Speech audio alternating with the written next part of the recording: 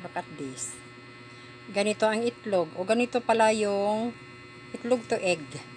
Ganito ka. Ganito ka. Pag naantala ang pag-iri sa'yo. Ayun. Naantala ang pag-iri kaya ang itlog nagiging ganito ang mukha. Itlog ito. Oh. Naantala ang pag-iri ng ina. Ikaw din, pag naantala ang pag-iri ng ina sa'yo, ganito ang magiging mukha mo. Ganito yung magiging mukha mo, lo. Oh. Ayan. Gusto mo yung ganon? O, isipin mo na lang, pag-iri pa lang sa'yo, napakahirap. Nawawala ng hininga ang iyong nanay. O, tapos paglaki mo, pasaway ka. Ganito. Pag ang iri ng nanay ay hindi buo, hindi talagang mahabang iri, tingnan nyo mangyayari sa itlog na to. O, yan. Diba, napakahirap maging nanay.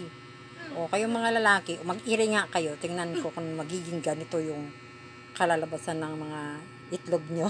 Joke lang. Okay, itlog ng manok.